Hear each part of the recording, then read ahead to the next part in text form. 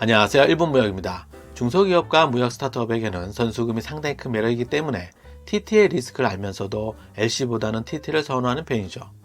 여기서 언제 얼마나 받느냐가 중요한 핵심인데요. 선수금 30%와 잔금 70%. 여러분들은 많이 들어봤을 겁니다. 좀 더 자세히 보면 선수금 집행 시기와 잔금 집행 시기가 업체마다 협상마다 다른 만큼 바이어와 본격적인 협상 전에 회사 차원에서 진지한 고민을 해야 하죠.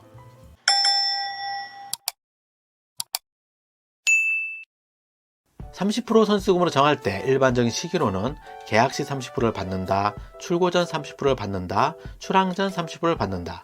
수술자는 당연히 첫 번째를 선호합니다. 실제로 보면 선수금의 기능은 바이어가 이번 오더에 대해서 취소를 못하게 하는 부분도 있지만 원자재 확보에 대한 자금을 충당하기 위한 현실적 반영도 있기 때문에 수술자는 가급적 많이 빠른 시기에 받으려 하죠. 그러나 바이어는 당연히 싫어합니다. 70% 잔금으로 정할 때 일반적인 시기로는 배 도착 전 70%를 받는다, BL과 맞바꾸기 한다. 두 가지 중 하나를 보통 택하게 되고 바이어도 크게 반발하진 않는데요. 바이어 입장에서는 의도적으로 수술자가 불량을 출고한다고 생각하지 않는다면 선수금 줄 때는 을이었다가 배 뜨고 나면 갑으로 바뀌기 때문에 바이어는 잔금 70%에 대해서는 그렇게 민감하게 받아들이진 않죠. 결국 TT 협상의 쟁점은 잔금이 아닌 선수금의 시기와 비율이 되겠습니다. 선수금 30%는 국룰처럼 많이 애용하는데요.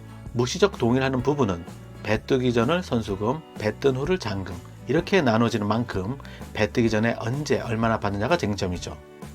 몇 가지 사례를 보면 10%는 계약 시, 20%는 공장 출고 전 지급하는 경우, 30%를 계약 시 또는 건품 때 지급하는 경우, 30%를 PR을 쓰고 일주일 또는 2주일 안에 지급하는 경우, 30%를 공장 출고 후와 출항 전에 지급하는 경우, 바이어가 여유가 있는 경우에는 선심 쓰듯이 일찍 주는 경우도 있고 수술자가 여유가 있고 향후 오더를 생각해서 선심 쓰는 경우도 있기 때문에 다양한 사례가 존재하죠.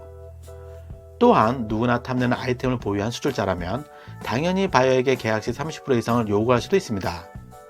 일반적으로 수술자는 선수금을 최대한 활용하기 위해서 잔금에 대한 리스크가 있는 TT를 쓰는 만큼 최대한 많이 받으려 하지만 30% 이상은 쉽지 않는 게 현실이죠.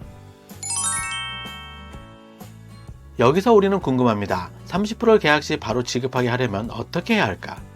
바이어가 불안해하는 부분, 즉 출고는 확실하겠다는 신뢰를 심어주는 게 관건인데요. 협상에서 MOQ, 단가, 납기로 설득하는 것보다는 출고와 품질에 대한 확신을 어떻게 심어줄 것인가에 대한 고민과 회사 신뢰도 상승에 대한 연구가 필요하죠.